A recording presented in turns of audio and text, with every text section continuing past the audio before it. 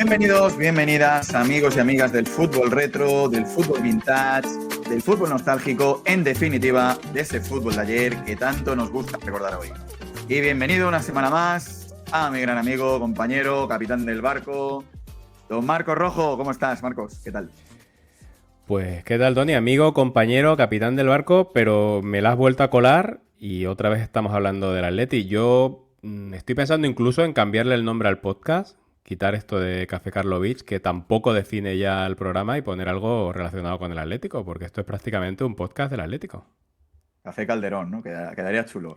Pero no llores tanto, que hace un par de semanas estamos hablando, por cierto, en uno de los episodios más exitosos en cuanto a visitas, estábamos hablando de Robinho, de los Galácticos y hasta del cuadrado mágico de Luxemburgo, ¿eh? Así que menos lloritos, que además, salvo aquella mítica entrevista con el gran Rubén Cano, al cual todavía estamos agradecidos, hasta ahora en Café Karlovich, capítulo que hemos hecho del Atleti, capítulo que debemos de hacer, porque entre el primer Euroderby, que ya nos hecho el Madrid de Copa de Europa, las primeras de cambio, la Supercopa de Ronaldo, que tuvo la mejor carta de presentación que ha tenido un jugador quizás en España. Joder, a ver cuándo viene un capítulo, ¿no? Cuando fuimos los mejores, el Atleti del doblete, o un gol del Trinche, yo qué sé, el gol de Vieri contra el Paco de Salónica, Falcao contra el Chelsea, yo qué sé, algo, ¿no? Que siempre dando cera. Bueno, del Atlético del doblete hablaremos un poco hoy. Es verdad que no centraremos el episodio en esto, pero sí que lo citaremos. Y bueno, Tony, el tema lo has elegido tú, así que ahora no vayas a quejarte. Pero bueno, vayamos al lío. Año 2000. Hablaremos de un apocalipsis, pero que nadie entienda mal. No vamos a evocar ese pánico a un colapso masivo de los sistemas informáticos que iba a precipitar todo tipo de desastres sobre nosotros, ese efecto 2000, que finalmente pasó pues prácticamente sin ninguna consecuencia. Vamos a hablar de un colapso, eso sí, pero de un colapso teñido de rojiblanco. Y como si se tratara de una película de Nolan, vamos a comenzar ese relato por la escena final. Era un 7 de mayo y se disputaba en el Carlos Tartiere la jornada 36 de Liga. Un partido contra el Oviedo en el que el Atlético de Madrid sí o sí tenía que ganar. Corría el minuto 80 y el marcador reflejaba un empate a 2. En la banda estaba don Luis Aragonés, pero no nos equivoquemos, estaba como entrenador del Real Oviedo. Era una tarde primaveral, en la que el Atlético, tras comenzar perdiendo por 2-0, había conseguido remontar heroicamente y luchaba por la victoria. El árbitro, Puentes Leira, señaló entonces un penalti del defensa ovetense, Boris, sobre el gran Jimmy Floyd Hasselbaink, que el propio delantero se disponía a lanzar. Hasselbaink, que era un delantero holandés potente y agresivo, al que el entrenador del Madrid, John Benjamin Toshak, había comparado a principio de temporada con el maravilloso boxeador de los 60, Joe Frazier.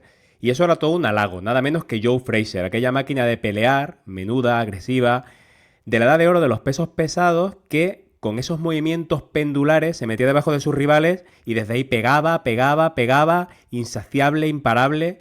Y esa comparación era buena, porque así, con ese estilo, se había convertido Jimmy Floyd Hasselbaink en Pichichi y en uno de los mejores jugadores de la liga y, claro, en un ídolo de la afición.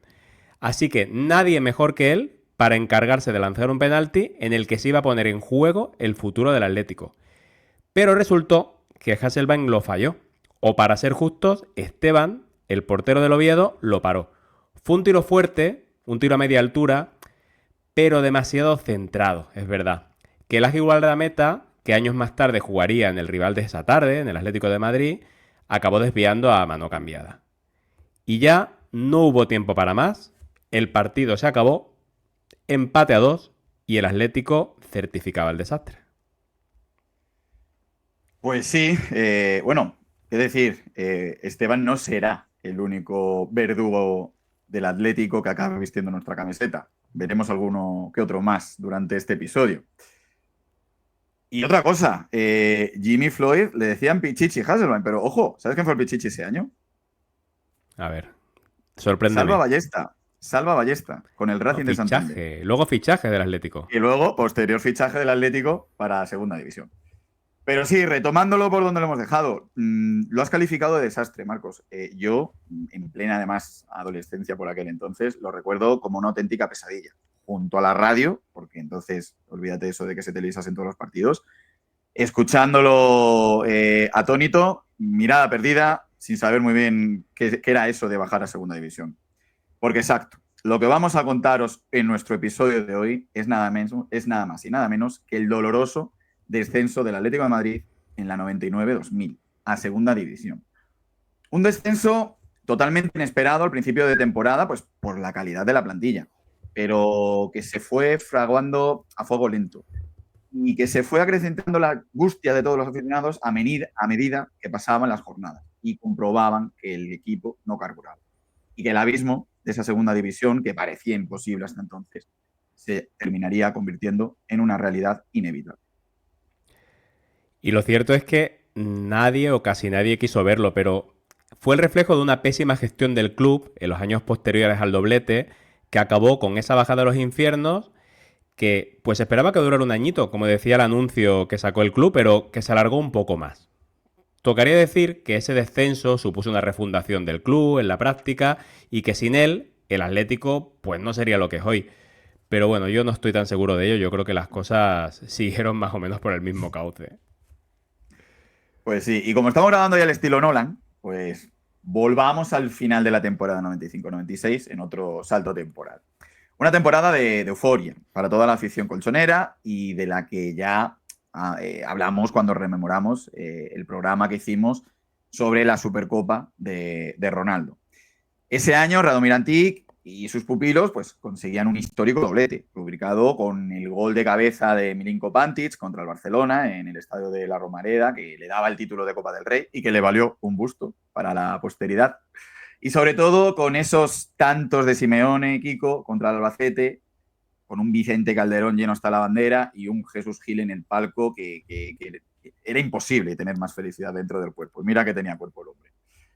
El Atlético conseguía ese título, pero pocos podían imaginar que ese gran éxito iba a ser el principio del fin. Pues sí, porque la siguiente temporada ya no fue tan buena, a pesar de que el bloque continuó. Y la verdad es que en este punto no hay mucho que reprochar, porque era casi imposible mantener el nivel. Y ahí es verdad que en las competiciones domésticas un Atlético de Madrid necesita estar excelso y que Madrid y Barcelona pues no tengan una buena temporada, que era lo que había pasado en esa 95-96. Y resultó que para la siguiente temporada, tanto Real Madrid como Barcelona comenzaron proyectos nuevos y construyeron dos potentísimas plantillas para volver a la élite. Una de ellas, la del Madrid, dirigida por Fabio Capello, con Mijatovic, Zucker, Seedorf, Roberto Carlos, Redondo, Raúl, y la otra con Bobby Robson, con un imponente Ronaldo del que has hablado antes, que iba a hacer una espectacular temporada, una de las mejores temporadas que se recuerdan a un futbolista, Luis Figo o Pep Guardiola, entre otros. Ambos rindieron desde el principio y el Atlético, que solo se había reforzado con Sneijder y Radetz confiando en el bloque de los campeones, necesitaba como mínimo estar a la altura de la temporada anterior y esto pues no sucedió. Bajó un poco el nivel y se quedó fuera de la lucha por los títulos. La liga fue para el Madrid de Capello, en dura pugna con el Barcelona hasta casi el final, con el Atlético a 9 puntos en la clasificación final, y la Copa del Rey fue para el Barcelona, que se cargó al Atlético en cuartos en ese memorable partido de vuelta en el Camp Nou que acabó con 5-4, con 4 goles de Milinko Pantic, en un Atlético que se puso 0-3 y 2-4, pero que no pudo resistir al huracán Ronaldo, que marcó 3 goles. Y completaron la remontada esa noche Figo y Juan Antonio Pizzi. Un Juan Antonio Pizzi que había sido el pichichi de la liga anterior y que había sido fichado como 9 backup del brasileño. Ahí es nada, las plantillas de las que disponían Madrid y Barcelona. La gran novedad y la gran ilusión de la afición venía en forma de competición europea. Recordemos que por aquel entonces, en este formato de Champions, ya todavía solo se clasificaba el campeón de cada liga. Era la primera vez que el Atlético jugaba la Champions League bajo esa denominación. Desde la antigua Copa de Europa, que los rojiblancos no llegaban a disputar la lucha por conseguir la orejona. Y en el Atlético, pues habían puesto muchísimas esperanzas. No fue mal el resultado. Se empezó con un ilusionante grupo, una victoria muy importante en Dortmund contra el Borussia Dortmund, pero llegaron los cuartos de final y allí llegó un Ajax. No era el gran Ajax que se había llevado la Copa de Europa un par de años antes, pero todavía seguía teniendo en el banquillo a Luis Van Gaal. Y en el campo, pues todavía contaban con los hermanos de Boer, con Jari Litmanen, Marc Overmars, es decir, todavía era un muy buen equipo. Tras un meritorio empate a 1 en Ámsterdam, en la vuelta, un cúmulo de dichosas desdichas llegaron con el Atlético, una eliminación para el Atlético. Todos recordarán, pues, ese Aguilera buscando una lentilla en la banda y mientras tanto viendo cómo le marcaban un gol al Atlético, o cómo Juan Eduardo Schneider fallaba un penalti en la prórroga, o cómo un futuro jugador del Atlético de Madrid, como el portugués Dani, marcaba un auténtico golazo que daría con la eliminación del conjunto rojiblanco ante el conjunto neerlandés. En definitiva, Marcos, no fue una temporada brillante, la verdad, pero tampoco podemos decir que fuera mala. A ver, yo hasta aquí lo considero un proceso normal en el desarrollo de un equipo. Un buen amigo mío, que además es fiel seguidor del canal, siempre dice que los campeones tienen que ser derrotados antes de que se los reemplace por una nueva generación. Yo no siempre estoy de acuerdo con él. Creo que hay veces que hay que hacer una revolución antes de que llegue el desastre. Pero creo que este Atlético de Antich, del doblete, sí que se merecía defenderlo. Y ya llegó la 97-98 y aquí pues ya sí que tocaba reforzar la plantilla. Y aquí fue donde el Atlético empezó a descarrilar. Y no fue por falta de inversión, porque veremos que Gil se rascó el bolsillo a lo grande, como nunca lo había hecho y como nunca más lo haría. Nada menos que 3.000 millones de pesetas. Vamos a hablar de pesetas en este año, porque bueno, ha pasado tanto tiempo que el euro todavía no estaba en nuestras vidas. 3.000 millones de pesetas le costó sacar del calcio a Cristian Vieri, un delantero que a sus 24 años venía de ser subcampeón de Europa en una Juve en la que formaba delantera con Alen Boksic y Alessandro Del Piero. Ahí es nada. Recordemos, para poner en contexto esta cantidad, que es el verano del doble clausulazo de 4.000 millones que afectó al Barcelona, en los dos sentidos. Perdió a Ronaldo rumbo al Inter y fichó a Rivaldo desde el Depor por esa cantidad. Y en ese momento mi impresión era que no se trataba de un delantero de tanto nivel. Es que no había pasado de 8 goles en Italia. Pero Gil lo veía como un diamante, como su fichaje más importante desde Paulo Futre, y no dudó en lanzarse a la contratación y en rascarse el bolsillo. Y no llegó solo, también llegó el pequeño mago brasileño del Middlesbrough, Juninho, del que ya hablamos en nuestro capítulo dedicado a la Intercontinental del 93 y que se había convertido en uno de los mejores jugadores de la Premier League. Un mediapunta liviano, muy técnico, que podemos decir que de alguna forma estaba siguiendo en Inglaterra los pasos de otro jugador menudo y lleno de calidad, como había sido Gianfranco Zola en el Chelsea. Juninho llegaba por 2.900 millones de pesetas. También se incorporó al rapidísimo extremo zurdo y capitán del Español, Jordi Lardín, que con Camacho en el banquillo se había convertido en uno de los mejores jugadores de la Liga Española, siendo una de sus víctimas favoritas el Real Madrid, algo que supongo que a Gil también le motivó para ficharlo. 1.100 millones de pesetas costó su fichaje. Pero no se acaba la lista ahí. El delantero José Mari, que había sido una aparición casi adolescente en el Sevilla, y además que yo, por aquel entonces que frecuentaba mucho Sánchez Pizjuán, fui testigo, se unió a la plantilla de Antich tras ser codiciado por la mitad de la Liga Española.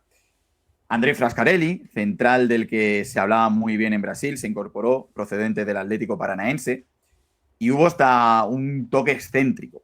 Lo has mencionado antes, ese verano también se cerró la vuelta de uno de los mayores ídolos de la historia del club. Hablamos de Paulo Futre. Un Paulo Futre ya ha venido a menos, que volvía del West Ham United y por un periplo europeo en el cual pues había vestido camisetas tan dispares como la del Milán, la Reggiana, el Olympique de Marsella, Benfica o el propio West Ham. Su presencia en el conjunto colchonero pues, fue casi meramente anecdótica, ya que apenas participó en 10 encuentros. y pondría, de hecho, final a su carrera esa misma temporada, ya con la camiseta del Atlético de Madrid. Pero claro, cuando hay llegadas, esto es como el metro, hay que dejar salir. Y en el capítulo de bajas había una bastante importante. El Cholo Simeone se había peleado con Radomir Antic y se marchaba al Inter de Milán. El mismo verano que llegaba al equipo lombardo Ronaldo Nazario. Era una baja muy importante que el equipo pues, iba a notar muchísimo. No tanto la de Juan Eduardo Schneider, que no había llegado a cuajar y no estuvo a la altura de su predecesor Lugo Pénez. Pero oye, yo creo que a pesar de esto, el balance de salidas y entradas parecía favorecer al Atlético. Un Atlético que confiaba estar ese año así, con esa inversión, a nivel del Madrid y el Barcelona. Recuerdo además que el primer partido de Liga fue un derbi madrileño que acabó con empate a 1 en el Santiago Bernabéu con un golazo de Seedorf desde casi el centro del campo que igualó el tanto inicial de Juninho. Y yo recuerdo tener en ese momento la sensación de que ese Atlético iba a ser un rival muy duro por la lucha por la Liga. Pero la temporada, la verdad es que no fue todo lo bien que los aficionados atléticos podrían esperar, Tony. El Atlético acabó séptimo en Liga, fue eliminado en segunda ronda de la Copa del Rey por el Zaragoza y en Copa de la UEFA avanzó un poquito más, se quedó en semis y fue eliminado por la Lazio. Una Lazio que lo eliminó gracias a un gol en el Calderón de Vladimir Jugovic, otro de los verdugos que tú comentabas antes que acabarían vistiendo la camiseta del Atlético. Y si analizamos la temporada, la verdad es que hay que reconocer que jugadores clave en la era Antic, de los que se esperaba mucho también este año, a los que se necesitaba mucho este año, como Kiko, Caminero o Pantic, unos por edad, otros por lesiones, bajaron mucho el nivel. Y eran jugadores clave a los que se hubiera necesitado a tope. Pero yo diría que sobre todo hubo algunos sucesos deportivos y extradeportivos, sobre todo extradeportivos, que no ayudaron en nada. Pues no ayudaron en nada, hubo un gran cúmulo de desgracia y este cúmulo de desgracias pues lo inauguró Jordi Lardín al sufrir un aparatoso accidente de coche que, aunque no le dejó secuelas físicas más allá de unos visibles puntos en la cabeza, sí es cierto que no se volvió a ver a ese jugador deslumbrante con tanta chispa que había sido en el Español. Meses más tarde, Juninho, que se estaba haciendo con el timón del Atlético, era quizás la figura más estelar del equipo, sufrió una brutal entrada por parte de Michel Salgado, una entrada que supuso, de hecho, punto de inflexión, ¿no? Porque a partir de ahí la carrera de Michel Salgado fue para arriba, ficharía después por el Real Madrid, se convertiría en uno de los mejores laterales derechos de España y, sin embargo, Juninho, que sufrió una rotura de peroné y ligamentos del tobillo, pues no volvería a ser el mismo, ¿no? Su carrera caería en picado. Pero el mayor problema fue, paradójicamente, Christian Vieri. Y digo paradójicamente porque no fue por su rendimiento, porque es verdad que se hinchó a marcar goles hasta el punto de que consiguió 24 goles en 24 partidos y un total de 29 en 32 partidos oficiales. Se perdió demasiado, eso es cierto, pero jolín, la media yo creo que lo dice todo.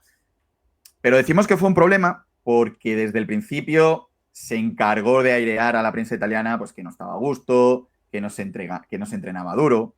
De hecho, años después, Juninho, en una entrevista, declararía que nunca había salido tanto de fiesta como cuando coincidió con Vieri. Por lo tanto, digo yo que también algo ahí de culpa tendría el propio italiano, ¿no? También rajó de la forma física de Futri. Esto le llevó a un enfrentamiento durísimo contra Radomir Antic que acabó de explotar por los aires en la jornada 36, en el campo del Mallorca. Tras ser cambiado por Radomir Antic, con 2-1 en el marcador, Vieri se encaró en el campo con el entrenador, llegando incluso a insultarlo. Antic se despachó en la rueda de prensa más respetuoso, eso sí, pero muy, muy duro. Y ahí Gil tomó partido y decidió ponerse de parte del italiano. Y así, pues se tuvo que cargar al entrenador que le había llevado a saborear la gloria. Fiel a su estilo, no se mordió la lengua y anunció públicamente que Antic no sería renovado y le abrió incluso las puertas y decidía salir de inmediato. Parece que la decisión además estaba tomada desde hacía algunas semanas y que este enfrentamiento público con su estrella pues ya fue la puntilla. Radomir la verdad es que no tenía un carácter sencillo. Ya se había peleado con un peso pesado como Cholo Simeone. En esa ocasión había salido vencedor, Y se ve además que el Cholo no había estado solo, sino que parte del vestuario tampoco tenía una buena relación con el técnico. Pero Vieri era otra cosa. Era el fichaje más caro de la historia del club. Se había destapado como uno de los mejores delanteros de Europa y Gil no estaba dispuesto a perderlo. Por mucho que se dijera que en el vestuario pues tampoco tenía muchos amigos.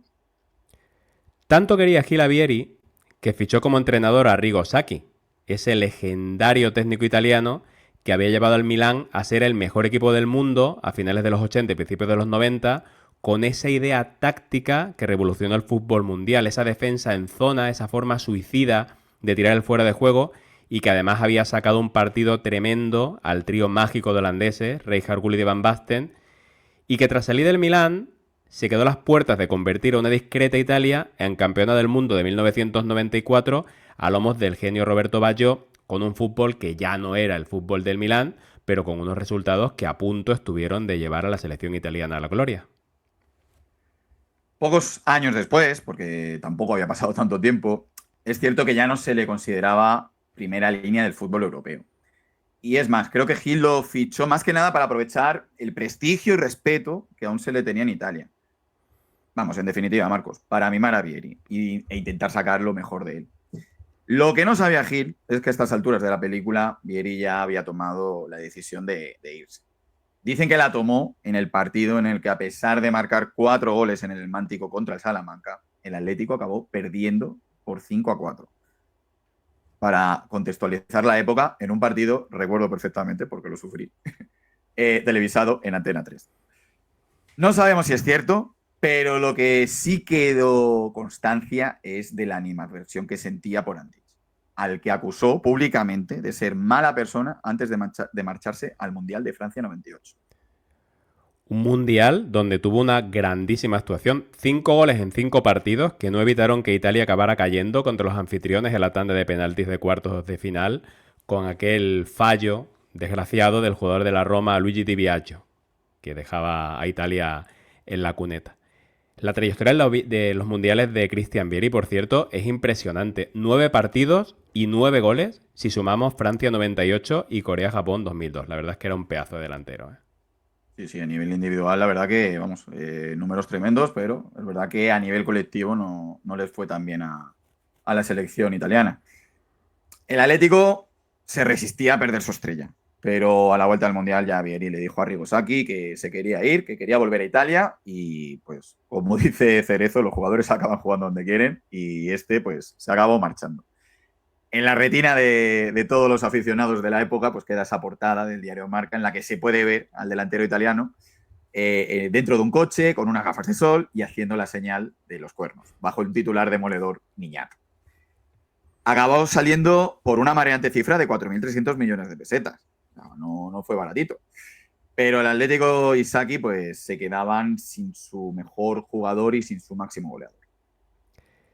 Y esto dejaba la tarea goleadora en manos de un Kiko Narváez que ya estaba cuesta abajo y lesionado, de José Mari, que aún no había cumplido los 20 años y venía de una prometedora campaña con 9 goles y se esperaba que explotara, y del Petete Correa, un uruguayo que venía de 2 temporadas de cesión en el Racing de Santander, en las que había marcado la nada desdeñable cifra de 27 goles entre ambas temporadas.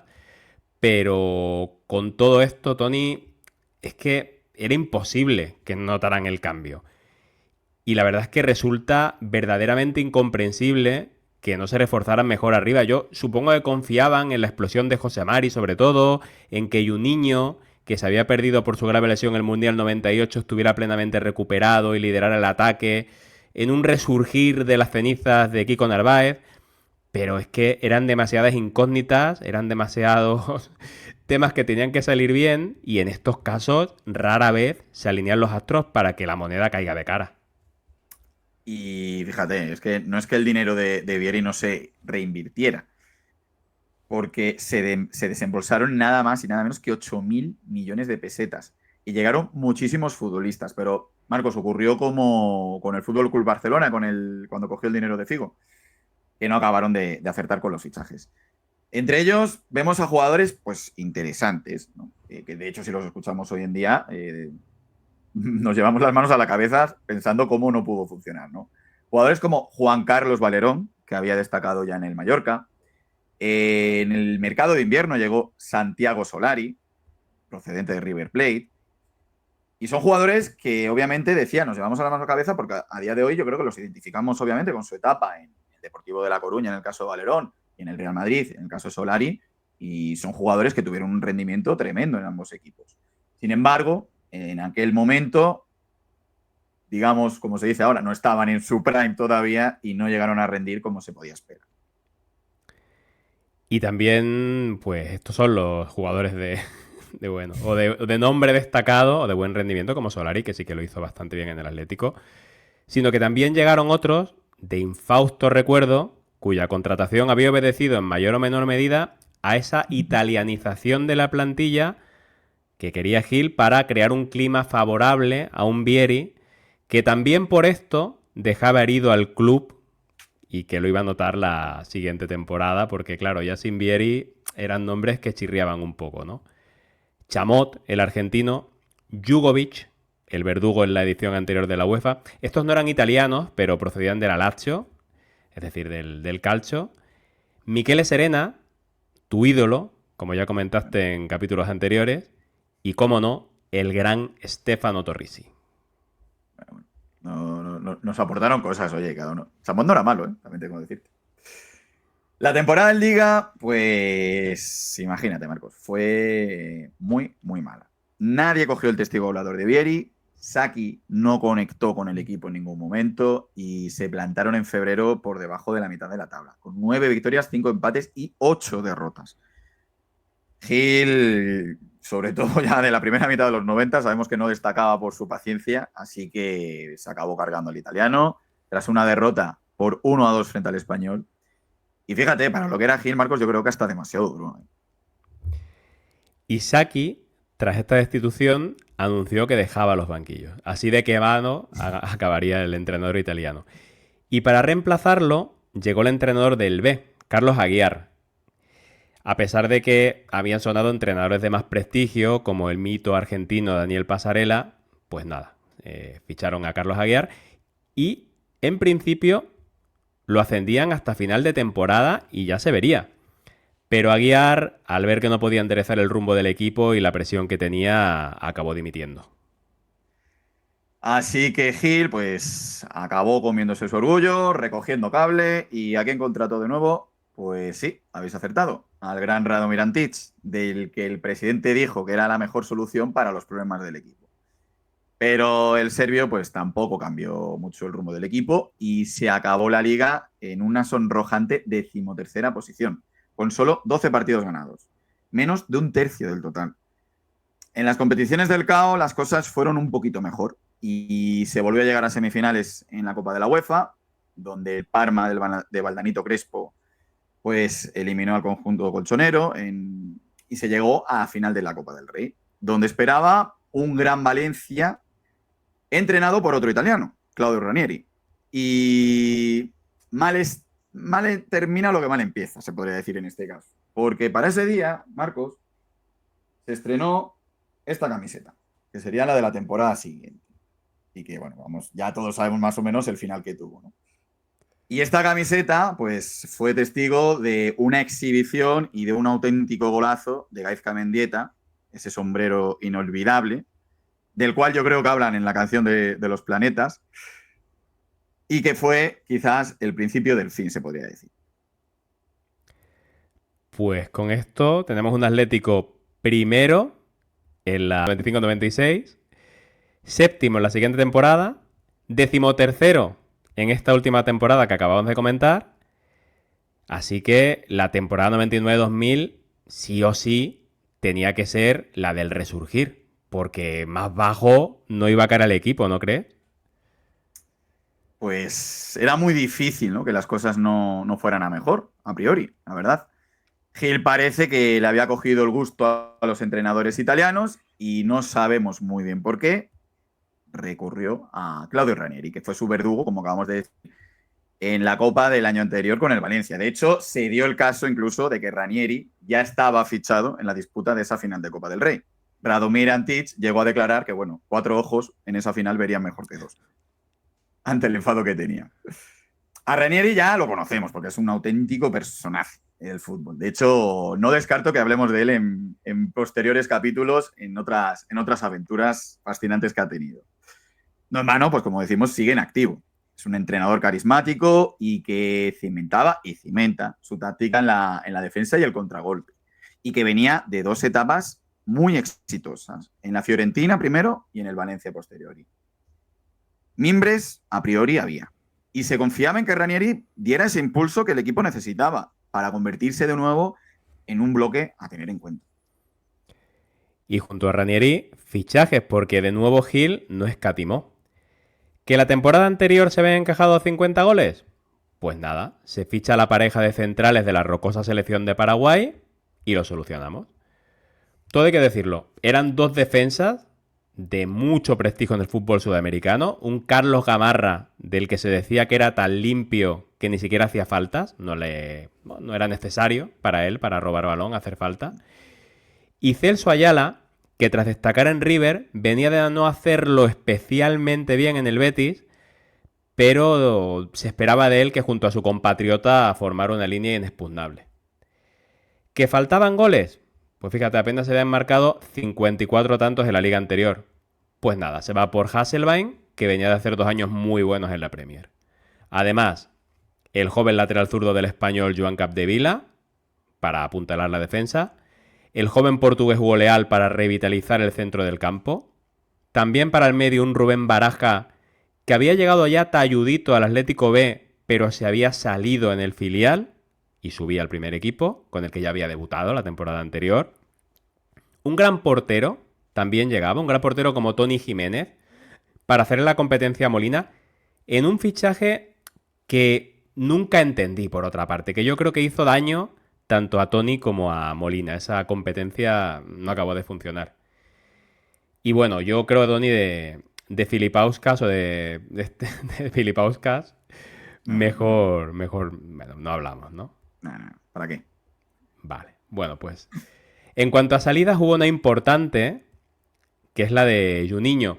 Un Juninho que se marchó cedido al Middlesbrough por una temporada, ya no volvió a ser el mismo y el Atlético decidió prescindir de él. Se fue cedido, pero ya nunca volvería. Fue la lesión, fue la falta de adaptación, un poco de todo, pero el caso es que Juninho a nivel futbolístico tampoco marcó al Atlético de Madrid. Fue un what if, ¿no? Que hubiese pasado, ¿no? Si no se hubiese lesionado. Pero incluso con esta baja, lo cierto es que había muy buen equipo, ¿eh? Porque fíjate, es que estamos hablando de gente que posteriormente llegaría a ser campeona del mundo, campeones previos olímpicos, estamos hablando de jugadores de mucho nivel. Lo cierto es que había muy buen equipo, muy buenos miembros y muy buenos nombres. Y si cogemos la mejor versión de la carrera de cada uno, su momento prime, pues fíjate, se podría hacer una alineación que es que puede sonar muy potente ahora mismo, ¿no? Molina o Tony, cualquiera de los dos me vale. Aguilera, Ayala, Gamarra, Capdevila, Radek Babel, Rubén Baraja, Valerón, Solari, Kiko, Hasselbaink. Y todavía estaba en el banquillo Lardín, Chamot, Hugo Leal, Oscar Mena, Santilla, Roberto Fresnedoso, José Mari. A ver, probablemente no para aspirar a ganar la Liga, pero sí para competir, para dar guerra, para llegar lejos en la Copa del Rey y en la Copa de la UEFA. Vamos, que este equipo en el FIFA 2000 era la caña. Pues sí, recitada hoy la verdad es que no suena nada mal, pero el caso es que no funcionó como tú dices, ¿no? Pensamos también en el pico de los jugadores y no en la forma que tenían en ese momento, no en cómo se adaptaron los unos a los otros.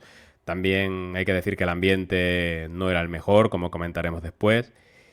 Y con todo esto, pues resultó que sí que se podía caer más bajo que ese 13º puesto de la temporada anterior, aunque parecía complicado. Porque todo lo que podía salir mal, salió mal. Muy mal, diría. Lo primero, Ranieri, del que se esperaba sobre todo clarividencia y mando, pero que desde el principio dudó.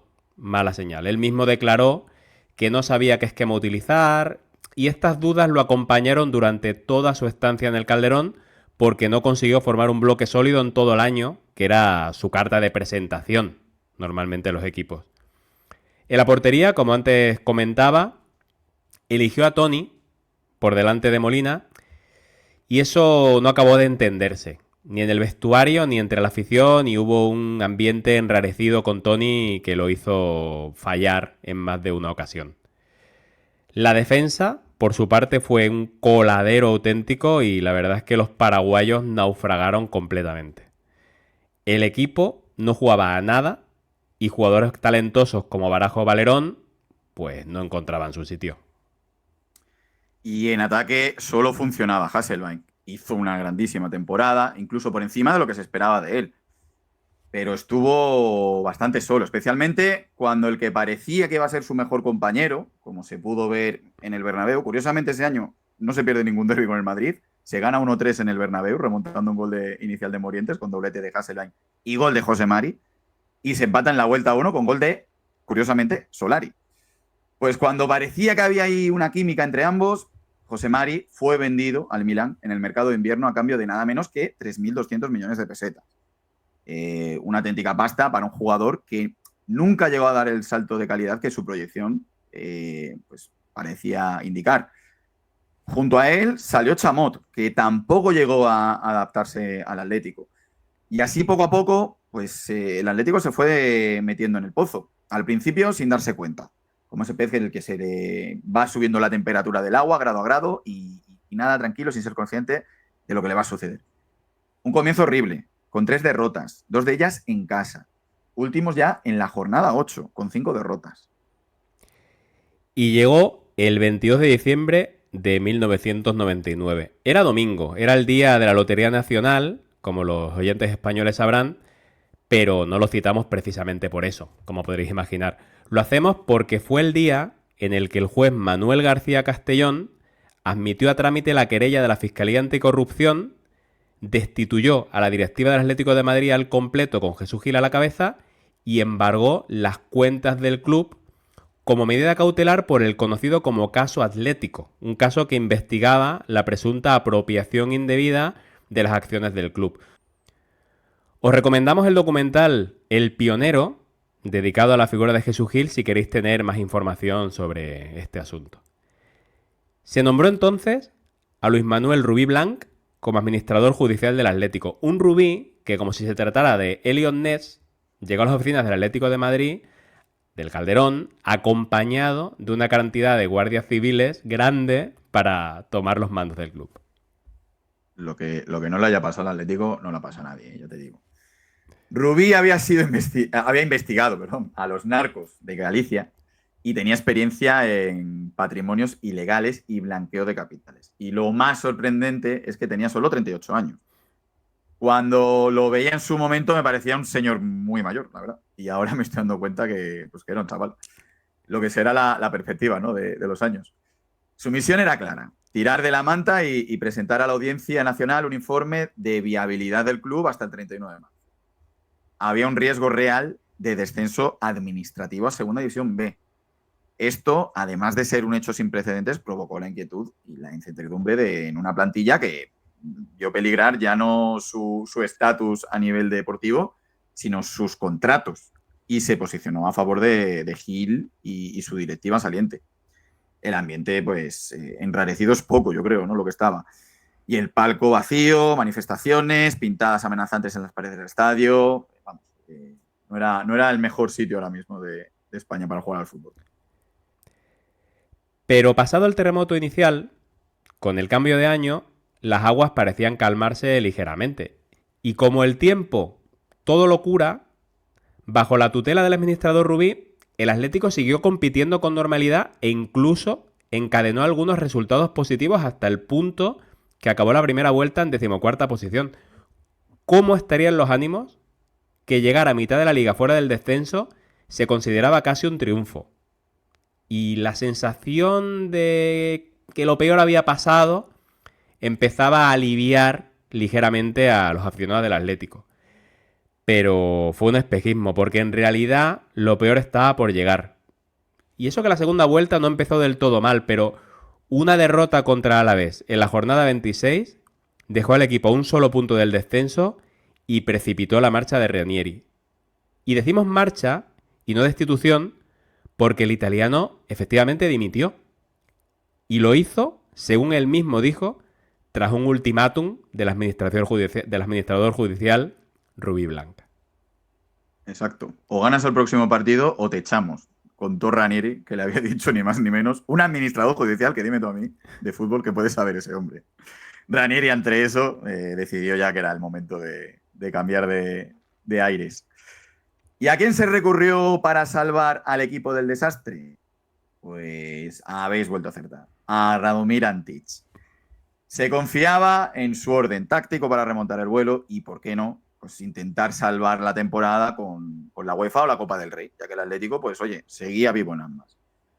El serbio quiso cambiar la tendencia con algunos cambios. Molina, pues hombre suyo de confianza, volvía a la titularidad. Valerón ganaba galones. Pero el equipo se le desmoronó por completo. Cayó en la Copa de la UEFA a las primeras de cambio frente al Lens francés. Y en sus 9 primeros partidos no consiguió ni una sola victoria en Liga. El pánico se apoderó de la afición, que ya se resignaba a aceptar lo que nunca había pensado experimentar. El enfermo, Marcos, no reaccionaba. Y llegó el 11 de abril y tras 112 días bajo la administración de Rubí, el juez devolvía de manera inesperada el control del club a la familia Gil, que como todos sabemos lo sigue manteniendo hasta la actualidad. Y volviendo a lo deportivo, en esa horrible tendencia estaba el equipo cuando, volviendo al inicio del capítulo, se presentó en el Carlos Tartiere a 3 jornadas del final con apenas un hilo de vida que el penalti de Hasselbaink se encargó de cortar. Increíble, pero cierto. El Atlético, un histórico del fútbol español, nada menos que en segunda división. Pues sí, fíjate, si lo decimos hoy, para quien siga el fútbol desde aproximadamente 2010 o así, ¿no? Gente joven, esto le puede sonar algo imposible, ¿no? Pero ocurrió. Y tras el descenso, pues antes de acabar el año, Gil se cargó a Radomir Antic y puso en el banquillo a Fernando Zambrano, el entrenador del filial. Tercera vez que prescindía del serbio y otro entrenador más, pues para su colección. Claro, ahora con el Cholo es todo lo contrario. La estabilidad en el banquillo es total y a nivel social. Pero en la época de Gil padre, el carrusel de técnicos fue una constante. Y solo 20 días después del mazazo, el Atlético se conjuró para dar una alegría a la afición. Jugaban la final de la Copa del Español. Fue la edición en la que el Barcelona se negó a jugar el partido de vuelta de semis contra el Atlético, alegando falta de jugadores del primer equipo, aunque es verdad que en la ida el Atlético había ganado por 3-0 y probablemente se hubieran clasificado igualmente, pero el partido se le dio por ganado al Atlético por incomparecencia, por 3-0 también, se presentó en la final. Y aunque habían bajado a segunda división, y eso era un palo del que iban a tardar mucho en recuperarse, pues jugar en segunda tras un título y disputando competición europea podía ser un consuelo, podía normalizar esa corta, se presumía, presencia del Atlético en la segunda división. Pero estaba claro que no era el año y el Español venció por 2-1 en ese partido que todos recordaremos sobre todo por la pillería de Tamudo ante su excompañero Toni Jiménez, el portero del Atlético de Madrid, que esa noche jugó como titular. Un Toni al que robó la cartera en el minuto 2 cuando botaba el balón inocentemente en su área, sin saber que Tamudo rondaba por allí, dispuesto a meter la cabeza, quitarle el balón, marcar y poner un triste broche a un año horrible para uno de los históricos del fútbol español. Y así, ni más ni menos, es como un equipo pasa de ser el campeón del doblete a descender. Pero Marcos, como estamos haciendo analogía constante al cine de un grande como Nolan, pues nos falta el giro de guión definitivo. Y para ello me vas a permitir un breve salto aún más en el tiempo. Vamos a ir más al pasado, antes de la famosa temporada del doblete. En la 94-95, el Atlético había acabado en 14ª posición solo con un punto sobre la promoción, salvándose de algo más grave en la última jornada. En la 93-94 había terminado 12º con 4 puntos sobre la mencionada promoción. Tenemos que llegar a la 92-93 para ver al Atlético en puestos europeos, concretamente en un 6º puesto. Es decir, visto con aún más perspectiva, se podría decir que lo que realmente fue un accidente fue el año del doblete. Lo inesperado, fue el milagro, como lo queréis llamar. La tónica del equipo era la que fatídicamente ocurrió el 7 de mayo del 2000 y que tarde o temprano iba a ocurrir. El Atlético estaba abocado a ese reseteo que supuso el bajar a segunda división. Una etapa en segunda que fue muy dura, pero que también es cierto que dejó muy a las claras que si hay algo en este club es que la afición del Atlético está muy por encima del club y que no dejó, aquí no se hace himno, pero lo hizo como un hecho, no dejó que el Atlético caminase solo, en este caso por el infierno. Y es que encima en cada uno de esos 2 años que estuvo el Atlético en segunda, los colchoneros batieron récord de abonados en cada una de esas temporadas. El resto, pues bueno, vuelta a primera y el resto ya es historia que ya, oye, pues iremos contando poco a poco en Café Karlovich. ¿Qué decir después de este alegato tan atlético que te ha salido al final? Yo creo que poco puedo yo comentar a esto.